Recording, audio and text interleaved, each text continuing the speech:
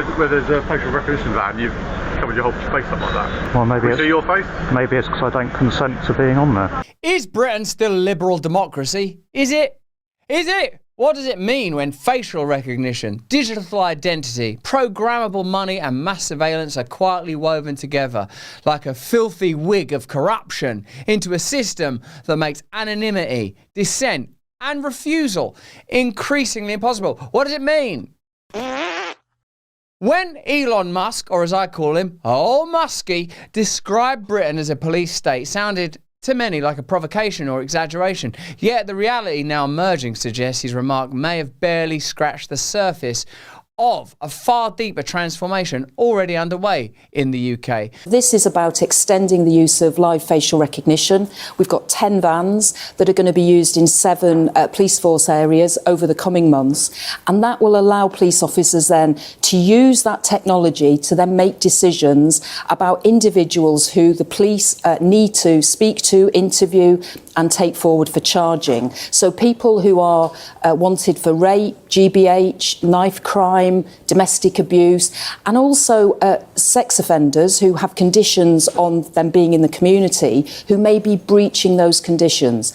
Plans to deploy live facial recognition cameras across every city, town and village mark a decisive shift in how power is exercised in Britain and shows you how a state that sees itself as God in simple things like the registration of birth, the sanctioning of marriages and the recording of death is becoming a God-like entity. Let me know what you think about that in the comments and the chat, because what I believe now is that the state is God and is emulating the very God that it claims doesn't exist. Come to me like little children, depend on me for your universal basic income, for your ideologies, for your morality and for your ethics. The state can't carry that burden because the state is just an amalgam of individuals, and human beings' collective power is still not divine. 0 plus 0 plus 0 equals 0. And a bunch of human beings sitting trying to work stuff out will never equate to divine power, in the same way that aggregated AI power will never equal divine power. It will be supreme and superlative and difficult to surpass for humans eventually, evidently, obviously, plainly. But it is not divine, because consciousness, that is the molecular power that you have access to and that I have access to, the light by which we see light. Keep that in mind. Where there's a facial recognition van, you've covered your whole face up like that. This man didn't want to be caught by the police cameras, so he covered his face. Police stopped him. They photographed him anyway. Yeah, there's no law. There's no law against covering your face. Yeah, okay, well there you go. You let him go then. Well, maybe see your face? Maybe it's because I don't consent to being on there. Oh, right. Okay, why's that? Because I think it's a bit of a government overreach. Oh, right, okay. That's fine. Can we take your details down? Is that all right? Don't cover my face, I cover my face. Don't push me over when I'm walking down the street. The police said this was disorderly behaviour, so they gave him a fine. I've got a now £90 fine. There you go, look at that. You let them know that he's got a right to cover his face and he can walk away.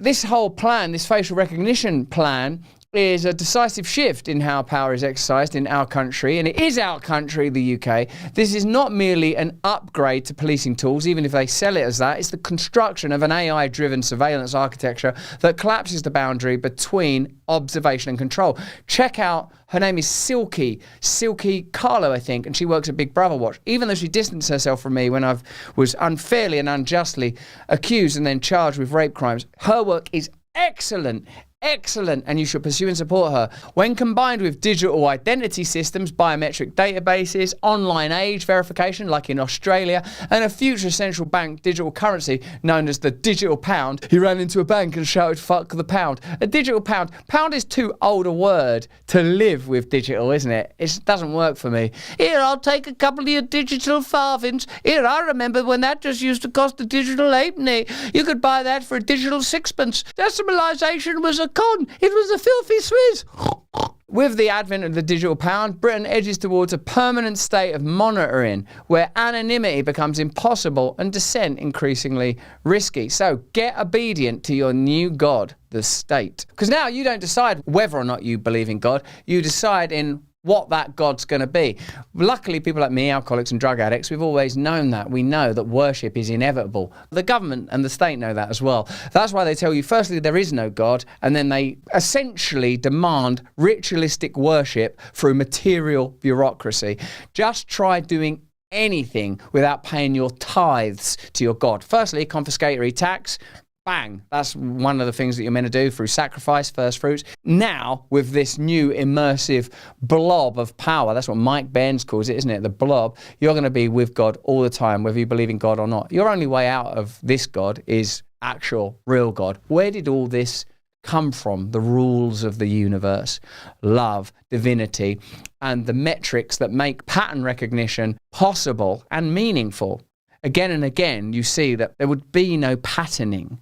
There would be no geometry, there would be no mathematics, there would be no music. Facial recognition is described as the greatest breakthrough in policing since DNA matching. Digital ID is framed as non-mandatory. It's non-mandatory, a convenience rather than a condition of participation in modern life. Yet, history, our old friend yesterday, shows that systems built for optional efficiency have a filthy, stinking, sneaking habit of becoming compulsory infrastructure. Once embedded, they're almost impossible to refuse. To read this article in full, go to Substack right now, sign up, support's there if you wanna.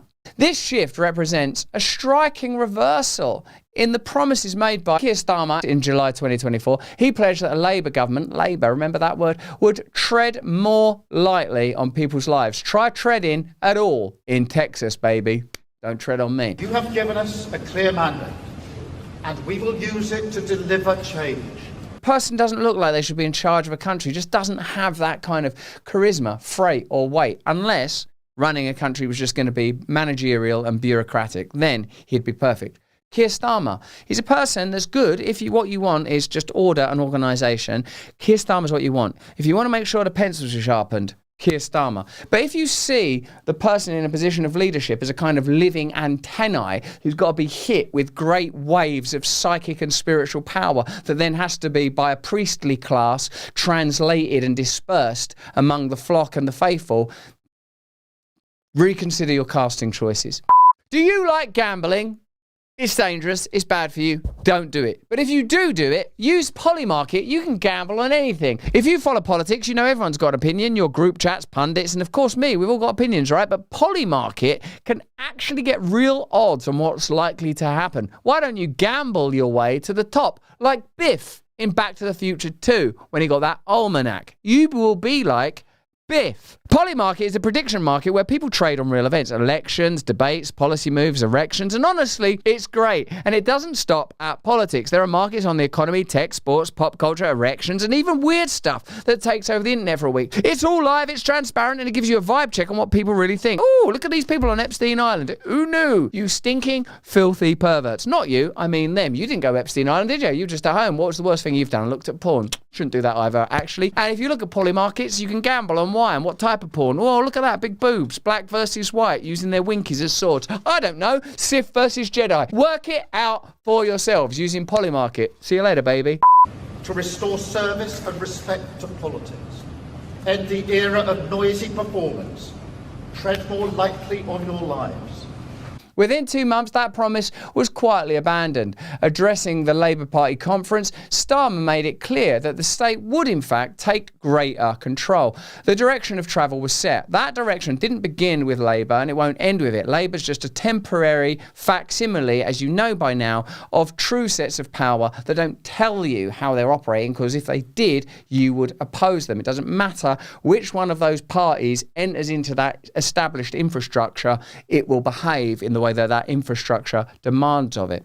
The expansion of surveillance completes a project started under the Conservatives, increased powers for the Department for Work and Pensions to monitor claimants' bank accounts, intensified crackdowns on lawful protests, more than 30 arrests a day for offensive online speech in 2023, and plans to curtail the right to trial by jury. All predate the current government. Party labels change, the machinery continues to grow. The goal is always control. Try to stay focused on this.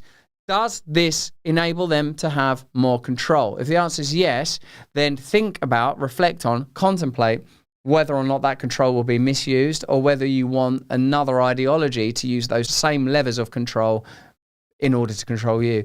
Police forces themselves lobbied to use facial recognition technology despite clear evidence of bias and misidentification. Even the Home Office has conceded that live facial recognition interferes with human rights. Human rights. Interferes with human rights. If human rights are absolute, as George Carlin pointed out, you're sort of making a claim to the divine. Now, obviously, George Carlin did it from a somewhat atheistic perspective. People say, well, they come from God. They're God-given rights. Oh, fuck, here we go again. But from the perspective of a believer, the same thing is true. To have human rights, you have to have universal truths. To have universal truths, you have to have an absolute creator. Otherwise, what you're doing is just arguing about preferences. One day, you might say a universal right is the universal right to be who you are. And the next day, you might say a universal right is unlimited access to Coca-Cola. And that's actually what's happened over time. Interferes with human rights. An extraordinary admission for a technology now slated for national expansion. Silky Carlo, whose name I remembered without reading this, thank you Lord, of Big Brother Watch, has warned that Britain is being turned into an open prison where passports become mugshots for a giant surveillance database, exposing millions to error, abuse and injustice. What makes this moment uniquely dangerous is not any single policy, but the way these systems interlock. Facial recognition tracks where you go. Digital ID defines who you are. Online age verification links identity to speech and consumption. A central bank digital currency would make money itself programmable, traceable and potentially restrictable, of course. Together they form a digital control grid in which participation in everyday life becomes conditional on compliance, and that has always been the aim. They own you. They will have you. That's not to mention that every stimulant that you experience, even biochemically, bodily, anatomically, is an electromagnetic impulse once it's received by your consciousness. If you don't allow something more powerful than these systems of absolute control into your life, then you are their quarry. They own you. They own you. You have no chance of fighting back. I pray for you. I pray that you find access to the divine force before this counterfeit force takes total control of your life. Without digital identity, programmable digital currencies would be unworkable. Without programmable money, financial pressure as a tool of governance would remain blunt. With both in place, exclusion becomes precise. Those who do not submit to the system might find themselves unable to work, transact, travel, or even exist economically. This is not speculative paranoia. It's how control systems function once friction is removed. Remember, Canada during the trucker process shut down people's banks just for donating to stuff through PayPal. You'll remember that. And dear old Nigel Farage, whether you like him or not, at the arse end of all this, had his Coots bank account messed with precisely for these reasons. It's possible. It's possible. Tyrants of the past could only dream of the tools now being normalised. They relied on informants, paperwork and fear. Modern governments can rely on algorithms, cameras and compliance engineered through convenience. The most effective surveillance state is not the one people fear, but the one they barely notice. The real danger is not that Britain will suddenly declare itself authoritarian, it's that democracy will persist in name while its substance quietly erodes. It's already happened, hasn't it? Rights will still exist on paper, but their exercise will be filtered through systems designed to observe, score and intervene. Musk's comment struck a nerve because it named something people can sense but struggle to articulate. The question now is whether Britain recognises what is being built around it before the cameras are everywhere, the ID's unavoidable, and the freedom to opt out disappears entirely. But that's just what I think. Let me know what you think in the comments and chat. Remember, subscribe to Rumble Premium. It helps me. I get some of that money and it means I can fight the various battles I've got coming up to fight with some financial confidence. And if you don't have any of our Reborn products and you wonder sometimes, where does this man who had nothing but a British state education get this vocabulary from? Go to Try Reborn right now and use this methylene blue. Praise your eternal Lord Jesus Christ, and more important than any of that, except for praising Jesus Christ, without whom there can be no freedom, stay free. Thanks for watching the video. Have a look at this one over here, or join us Monday, Wednesday and Friday on Rumble.